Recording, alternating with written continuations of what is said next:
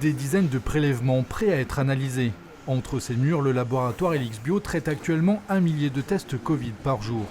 Presque un an après le début de l'épidémie en France, cette mécanique bien huilée est perturbée par l'apparition de variants du virus. Mais à partir de lundi, ce laboratoire sera en mesure de les identifier grâce à des réactifs fabriqués à Montpellier. On va récupérer tous nos prélèvements positifs, ce qu'on faisait déjà, on les congèle tous.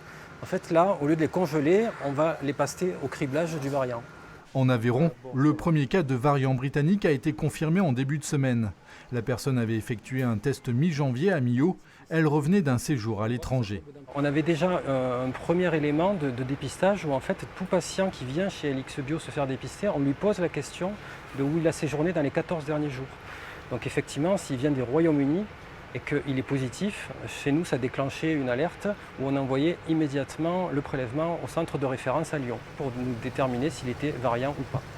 Depuis le début de l'année, en Aveyron, l'épidémie de Covid-19 ne progresse que très légèrement. Un taux de positivité de 6 à 7% chez les personnes prélevées et un nombre d'hospitalisations plutôt stable. L'arrivée de ces variants pourrait changer la donne. La possibilité, ça sera peut-être effectivement d'avoir plus de patients. Donc ça va être notre capacité à s'adapter au flux.